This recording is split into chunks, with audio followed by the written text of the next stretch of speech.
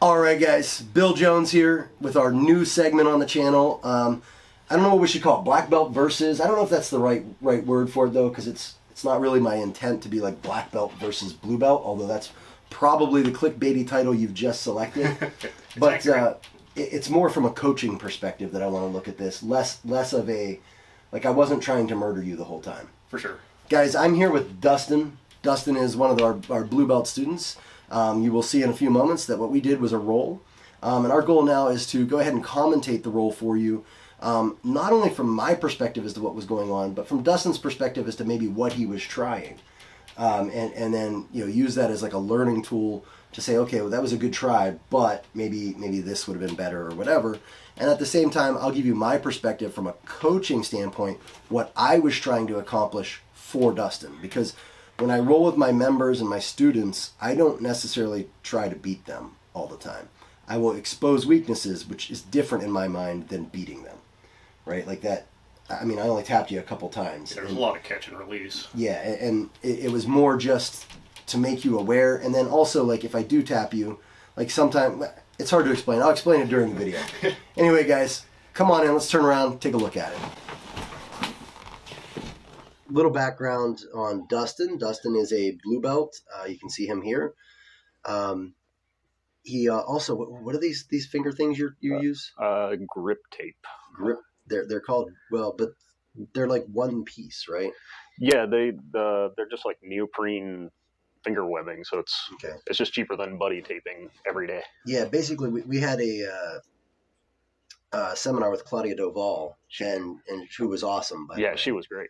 And she was selling those, and a lot of our members really liked them. So I didn't. Shameless plug for something that I'm not getting sponsored by in any way. Yeah, but I thought I wouldn't like them, and I'm loving them. Okay. But anyway, so I know this isn't the best way to do this, and if you guys like this this particular thing that we're doing here, I'll get better coaching video stuff that we can do.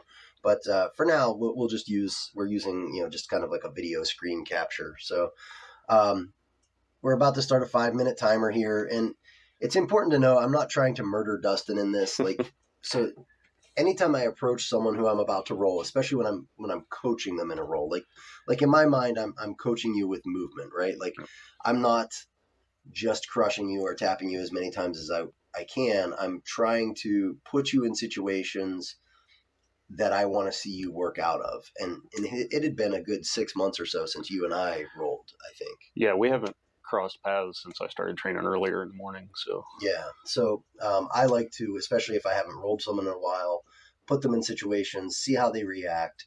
So even though I used the clickbaity title, black belt versus blue belt, it's not like I'm trying to take it to him a lot. Plus, I outweigh you by quite a bit. What do you weigh? About 201 right now. 201. So I've got 50 pounds on you, easily. Give or take. So what do you mean give or take? What are you saying, buddy? You're looking svelte. Now I got 50 pounds on you. So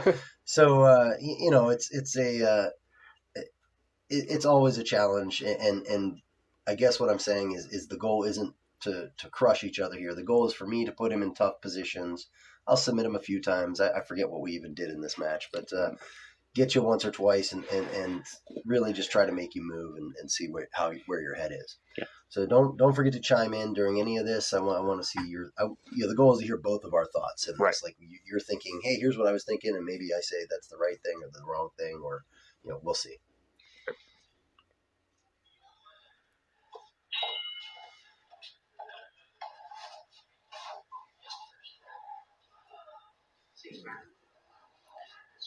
So I'm framing his hips, and then I come over. I'm going to back, yeah. So right here, I think if we go back, you can't let me go unchecked here. The minute my arms come over your legs, I'm going to try to pinch your legs, or you should know. Right. Whether I did kind of an athletic maneuver, but you can also just pinch them and walk around. You need to be driving my head at that point. Like, see how you're on my collarbones here? Yeah. That's not really going to stop me. I feel like you need two hands pushing my head in a direction and then hip escape the opposite way. Am I looking to break your spinal alignment there, or just get you away? Yeah. So let's say you used your left hand, which is the far hand, and you're driving my head to my left, which is towards this knee. Mhm. You would then want to hip escape that way. So we're almost into, and it doesn't need to be dramatic hip escape, but we're almost into side control defense at this point. You know what I mean? Yeah. Like especially the moment I get to here. So pause. You can see me gripping your lower legs, and this is to immobilize you. Right. And now you sat up, which is really not going to do you a lot of good because when my legs come over, my body's just going to flatten you. I think you're better served by driving me. I was not expecting you to hop over that way. Okay, fair enough. Not what I saw coming. Okay.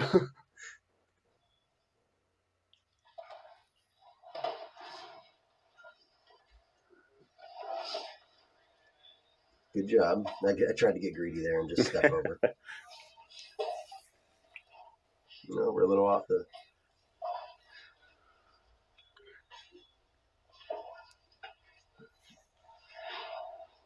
David Porter will be happy to see that. I've been using it a lot. So for anybody who doesn't know what I'm talking about, there's an escape here from Knee on Belly. Dustin's going to turn to make me put my toes on the ground in this backside, and he's going to bring his what I'll call top leg, because as he turns to his left, his right leg becomes on top of the stack, and he'll bring it in, and he's going to put his right hand inside the hole of his right leg, so right in this knee crease between my legs. So you'll see that happen here. It's been working like a dream. Right there. So right now he's got his right arm inside of his own leg. Now he's going to take this left foot and step it toward me, doing a reverse shrimp to come over. And I felt him doing it, but I was being greedy with the choke. And I kind of wanted to see if you were going to do the move. Yeah. You know what I mean? So it's a good feeling when it lands. It's a phenomenal move, and it's so easy to execute. You know, the mechanics of it are so strong because he's basically just tipping me over with his hip underneath me. I have been wondering about this. If I can't get through to the back of my knee, can I just cup your heel and drag across, or do I need that connection to myself? You can try. I don't think you're going to be as connected. Okay. You know what I mean? You're going to have a disconnect between your body and me. Okay. So, but anyway, yeah, good job on this escape. And I would even call it a counter because you should end up on top. So right there, I think you could have come up a little stronger. And I say that because we did learn that from our friend David Porter. Yeah.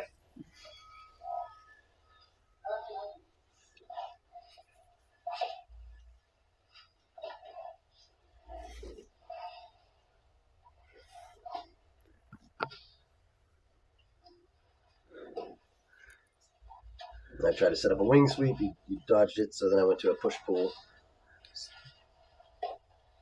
You can't leave your arm hanging out. It's common with me.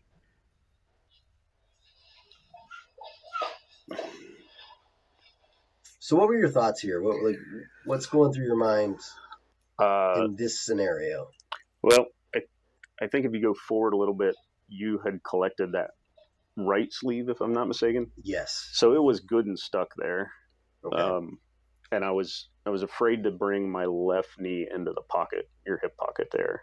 Okay. Because I felt like you were just getting ready to drag me across, but you didn't have a lot of options. And then as soon as you threw your legs up, you had me. It was just catch and release at that point. Mm-hmm. Okay. So yeah, in here, if I were you, I'd put I mean, obviously you've got a couple problems going on. I've got you on the reverse wing, meaning that for anybody who doesn't know, there's an easy sweep I can do that's similar to the one he did from the knee on belly. Yeah. Where I bring this knee in and then just sweep him back this way. You did a good job of keeping your weight based, but at the same time, you opened up your back pretty heavily, right? Right. And rather than taking your back, I was greedy and just went for your arm. But here I would put my effort into getting your arm back. Okay. I think you need to get that back. Either that or start thinking about setting things up. And I'm trying to think of how to say this because I'm not saying it's the right answer. I'm saying it's an answer, right? Like That's the issue with what I've got you, and I've got you in what we like to call a dilemma. Problems have easy solutions. Dilemmas have problems at the end of them, right? This makes sense. So the dilemma is, you know, you pull too hard here, you get swept. Right. You don't pull hard, you get your back taken, mm-hmm. and then your arm is also exposed, right? Like, so you've got some issues going on here. But if I can't get this all free, one of the things I'll do is using this right leg here, I'll bring it in and start to like almost sit to guard if I was you. Because you have everything inside. You have all inside position. You can sit to guard. You can go to a single leg X. You have a lot of options. All right. If you're willing to not have to be on top. Does that make sense? Yeah. And I'm not saying that that's the right answer all the time. I'm saying it's a potential answer here is just say, okay, I'm kind of in trouble here, but I can switch to a single leg X and have, and then when I come up, I'll probably let go of that arm and be in a worse position, or you have the ability to sweep me into a better position, or even attack the leg lock. Okay. Yeah, that makes sense. Okay. Just reset and try. Yeah. Just try someone else. Flow to somewhere where the energy is taking you. So again, here I'd get heavy on the leg, and so I just back out and start to take the back, and then because you kept my collar, I came over. You bent the arm. Here, so I actually make a huge error initially. Did you see me pull my arm back?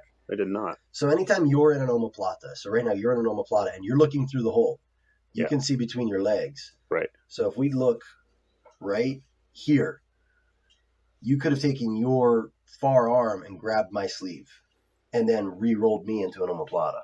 Oh. So that was a huge mistake to put my hand there. It was a very lazy thing to do. That's why you see me when I pull it out, it looks like I touched a hot pan or something. Like, like, ouch, what am I doing? And then I do a pay to a sour roll here. I come under, protect my face, and just do the sweep.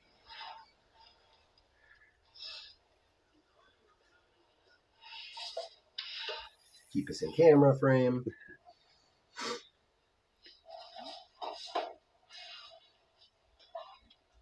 So here, decided to play the bottom. Right. Like, you do that a lot with me. Is that? It's just something I do. So here we are again. Like, you're running into the same situation. Yeah. Yep. And there's the sweep that you were worried about the first time. Yeah. So you got to be aware of this. Make you bear some weight.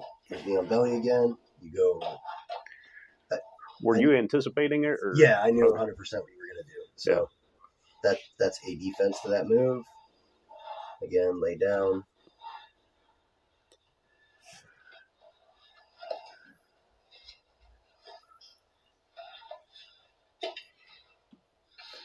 Now, I've noticed when you roll me, you don't close up your guard hardly at all. Is that just because you want to keep it moving, or you just don't want to, you're giving me room to move? I like movement a lot in my grappling, which is, I would think, unique for a big guy. But the other reason I don't close the guard a whole lot is because, I mean, unless you're doing MMA, you don't see a lot of whole closed guard in general. Yeah.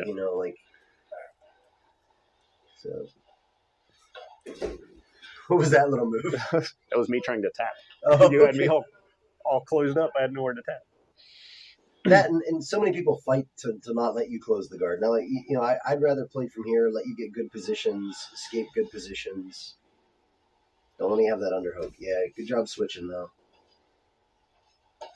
You do this to me a lot. You keep saying don't get to that bully headlock position, but for some reason. It's funny because I realize that a lot of people do that. So you just got to switch, right? Block the hip with this arm. Switch to side control too. Okay. But you do a good job circling around, making sure not to just headlock. Headlock's trash, by the way. If you're grappling, headlocks are trash. Unless you're Josh Barnett or Dean Lister, you're not going to beat anybody from a headlock. Well, you've said it so much. I'm very conscious of it, but I've noticed, like, see there, you shut me up. So here we go. I'm going to push in. Yep. Like, I have about 40 escapes from a headlock. I've had so many people try to maintain the position on me. Big guys, small guys, wrestlers, judoka, no one can maintain that position well. But like I said, unless you're high level. I don't remember what happened there. So that's I've always called it a pretzel kimura. I don't know how to explain it, but It's a good thing it's facing away from the camera. yeah, I know, right? Well, what happened? You can kind of see what's going on here. So I have a kimura grip here. Oh, right. See the normal kimura grip. Yeah. And what's going to happen is your hand is up on top of your body. And rather than fighting hard to get it up and over and down to your hip and then behind you, I'm going to take my, in this case, right arm around your forearm and grab my own tricep. Mm-hmm. So it kind of locks you in place. Okay. And then I just step over it and lift it. It's one I learned a long time ago from a guy named Little Ben. Well, that's not his real name, but that's what we called him. I'm going to be honest, I don't know that I know Little Ben's real last name. But he's a phenomenal black belt these days and super relaxed. Like, I think really encapsulates jiu-jitsu very well. But my point is, he did it to me years ago. We were both blue belts at the time, and I never forgot it. And then a friend of mine out of Virginia, I think she's up in Massachusetts now. But anyway, she really loves it, and she hit like a bunch of people in Brazil with it. But anyway, it's a great option for if people are, if it's hard to get that kimura free. So you're going to see my arm right here. I'm going to just hug it. And you can see my hand now coming in, grabbing my arm. Yeah. And I just put you flat and then step around. So I tried to finish it without stepping around. And then it's easy to hit there. I see. Okay. I don't know if I can do it, but I can see what happened now. Yeah, we'll work on it.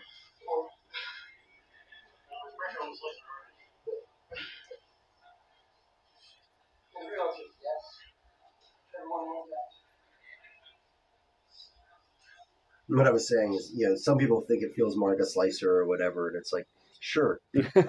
Tapped. I don't care. I've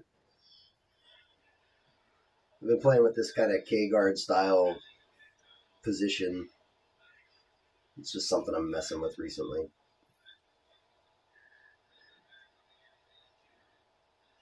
I think I did this in the first match that we recorded. You got that leg up, and I tried to just squish you down on it and couldn't. Yeah. Scissor sweep's my favorite sweep.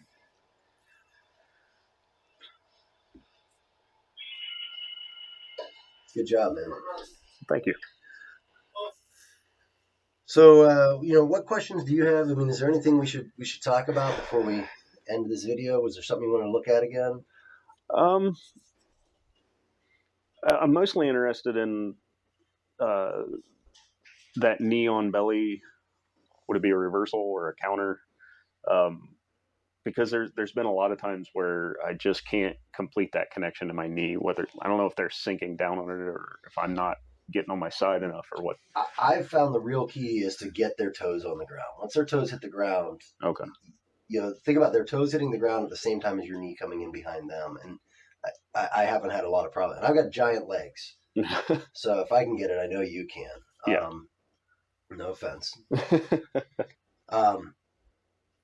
Anyway, that's kind of what I've found to be a key detail to it, is kind of getting their toes to the ground at the same time as I come in. And then if they're really low, I can usually just hip escape a little bit and get out because their knee's going to drop to the ground. Yeah. So I'll also look for, because of where the positioning of my arm, right? I'm positioning my arm to catch my knee. Yeah. And if they're so low, let's say their butt hits their heel, yeah. and I can't come underneath, well, now I have an easy underhook. Right. Right? So I can just escape side control at that point. Okay. Does that make sense? I think so, yeah. Yeah. All right, cool. Well, I really appreciate you being on here. We'll do our outro, and then we'll head out, and then I can show you some of the moves and stuff at some point. Yeah. Cool. All right, guys. So Dustin had a couple questions out of the video that we watched, and we were going over them, and I said, well, why don't we share them with everybody? See how that goes. So the first one was the knee on belly escape. I'll demonstrate the escape once so that you guys see it and know what it is, and then kind of answer his question as to what you can do if it fails. So Go this way. So he's in a good knee on belly. Notice his foot is not on the ground here. So I'm going to step out, shift to get his toes on the ground, and at the same time come in with my top leg and my arm. See how my arm comes in? And I'm going to hook my top leg here. Now my bottom leg is going to step in as close to his heel as I can get it.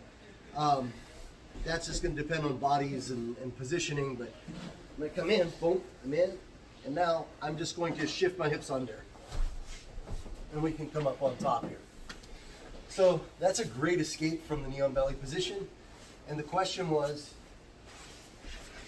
when his butt comes close to the heel right away, so I go here and I don't have this room to get in, you know, what happens? And what I'm going to do is I'm going to hip escape, and he's going to occupy that space. He's probably going to put his knee to the ground to avoid losing side control. Boom, but I'm in a good position with my arm to get an underhook. All right, and then at the same time as I do that, I'm just going to use my back knee to move him forward, and I'm in a position to come up on top, or at the very least escape to some better position. And a lot of times that's what you want to do. I would much rather counter it and end up on top, but that's what can happen. So without him there, one more time, the initial sweep was to come in, hook, step my foot out, reverse shrimp, and come over. That takes him down, and we're up on top.